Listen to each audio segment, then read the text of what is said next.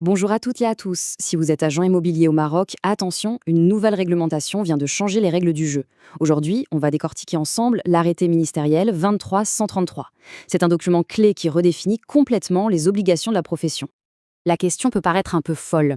Comment est-ce que la vente d'un simple appartement pourrait financer un réseau criminel à l'autre bout du monde? Et pourtant, c'est bien la réalité. L'immobilier, on le sait, est un secteur parfois utilisé pour le blanchiment d'argent. Ce nouvel arrêté, justement, il est là pour donner aux agents les moyens de bloquer ce genre de pratique.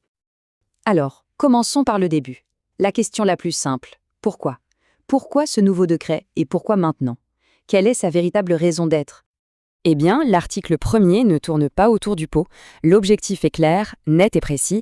Il s'agit de fermer la porte au blanchiment d'argent et au financement du terrorisme dans le secteur immobilier. Et pour ça, l'arrêté impose de nouvelles règles de vigilance, une meilleure connaissance du client et surtout l'obligation de signaler le moindre doute. D'accord, l'objectif est clair. Mais concrètement, comment on fait?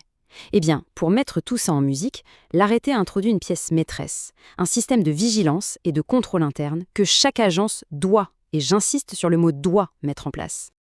Alors, ce fameux système de vigilance, qu'est-ce que c'est au juste? Il faut l'imaginer un peu comme le nouveau protocole de sécurité de l'agence. C'est tout un ensemble de règles et de procédures internes que vous devez créer, sur mesure, pour identifier, gérer et bien sûr réduire tous les risques de criminalité financière. Et ce qui est vraiment bien, c'est que l'article 4 ne laisse pas de place au flou. Il nous donne une feuille de route hyper claire, structurée en 6 piliers. Ça va de l'évaluation des risques, en passant par la vérification d'identité, jusqu'à la formation des équipes. Bref, c'est un vrai guide étape par étape pour s'assurer d'être en règle. Bon, tout ça, c'est la structure. Maintenant, voyons un peu ce que ça donne dans la pratique, au quotidien. Et au cœur de toutes ces nouvelles règles, il y a un principe. Un seul, mais il est fondamental, connaître son client. D'abord, l'arrêté fait une distinction importante entre deux types de clients. D'un côté, le client habituel, celui avec qui on a une relation sur le long terme. De l'autre, le client occasionnel, qui est là pour une seule opération. Et cette différence, elle est cruciale, parce que le niveau de vérification ne sera évidemment pas le même. Et là, attention, pour un client particulier, les choses changent vraiment. Fini le temps où un nom et un numéro de téléphone suffisaient. L'article 10 est très exigeant. Il faut non seulement vérifier l'identité avec des documents officiels, mais aussi comprendre la profession de la personne et surtout le but de la relation d'affaires. C'est une approche bien plus profonde. Et pour une entreprise, on monte encore d'un cran. Là, l'enquête est plus poussée. L'article 11 exige bien sûr les informations de base, comme le registre du commerce, mais il demande aussi, et c'est ça le point clé, d'identifier les dirigeants et les bénéficiaires effectifs. L'objectif est limpide, savoir qui se cache vraiment derrière la société. Bon, soyons pragmatiques, tous les clients ne présentent pas le même niveau de risque. Et la loi en a bien conscience. Elle définit donc des cas où une vigilance, disons, renforcée est carrément obligatoire.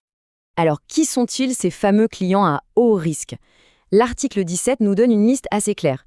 On y trouve par exemple les étrangers non résidents, certaines organisations à but non lucratif, ou encore les personnes qui viennent de pays signalés par le GAFI, le gendarme financier mondial. Et bien sûr, s'ajoute à ça tout client que votre propre évaluation, votre propre instinct juge comme étant potentiellement risqué.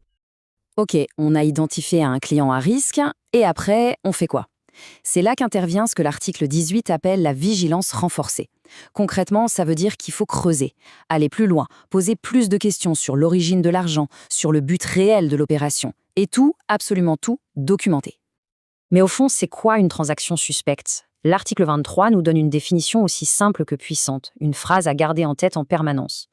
C'est une opération qui semble ne pas avoir d'objet légitime apparent. C'est le signal d'alarme ultime pour un agent immobilier. Le doute est là. Les signaux sont au rouge. Et maintenant? Parce que détecter une anomalie, c'est la première étape, mais ce n'est que la moitié du chemin. L'agent a désormais un devoir d'agir. Et les conséquences en cas de manquement, elles sont bien réelles. Et là, on touche vraiment au cœur du réacteur. C'est l'obligation la plus forte de tout ce texte. L'article 25 est formel. Toute transaction suspecte doit faire l'objet d'une déclaration. Et pas n'importe quand, immédiatement. Et pas à n'importe qui, à l'autorité nationale du renseignement financier. Ce n'est pas une option, c'est un devoir. Et attention, retenez bien ce chiffre, 10 ans. C'est la durée minimale pendant laquelle vous devez conserver tous les documents, toutes les pièces liées à vos clients et à leurs transactions. C'est une durée énorme, mais c'est essentiel pour d'éventuelles enquêtes futures. Et il faut être très clair là-dessus. Ignorer ces nouvelles règles, ce n'est pas une option. L'article 35 est un renvoi direct à la loi sur le blanchiment d'argent. Et cette loi prévoit des sanctions qui peuvent être très très lourdes. L'enjeu est donc de taille. Bon, après tout ça, on pourrait avoir l'impression que c'est une montagne de contraintes. Mais il faut aussi voir cette réglementation comme un cadre qui s'accompagne de soutien, de formation et de responsabilités partagées. Heureusement, les agents ne sont pas lâchés seuls dans la nature face à ces nouvelles responsabilités. L'article 30 le précise bien. Les autorités vont fournir des outils concrets pour aider. On parle d'un guide pratique, de la liste officielle des pays à risque et même d'un site web dédié pour faciliter le suivi et les déclarations. Et c'est un point absolument crucial. La conformité, ce n'est pas un examen qu'on passe une bonne fois pour toutes. C'est un engagement continu. C'est pourquoi les articles 31 et 32 insistent sur la formation obligatoire et régulière pour les agents, mais aussi pour leurs collaborateurs. L'idée, c'est que toute l'équipe soit toujours à jour. Alors pour conclure, on peut se poser la question, au-delà des obligations, est-ce que toutes ces nouvelles règles vont vraiment rendre l'investissement immobilier au Maroc plus sûr pour tout le monde? En fin de compte, l'objectif c'est de bâtir un marché plus transparent, plus sain et plus fiable. Et ça, c'est une excellente nouvelle pour les investisseurs honnêtes et bien sûr pour les professionnels sérieux du secteur. Merci de nous avoir suivis.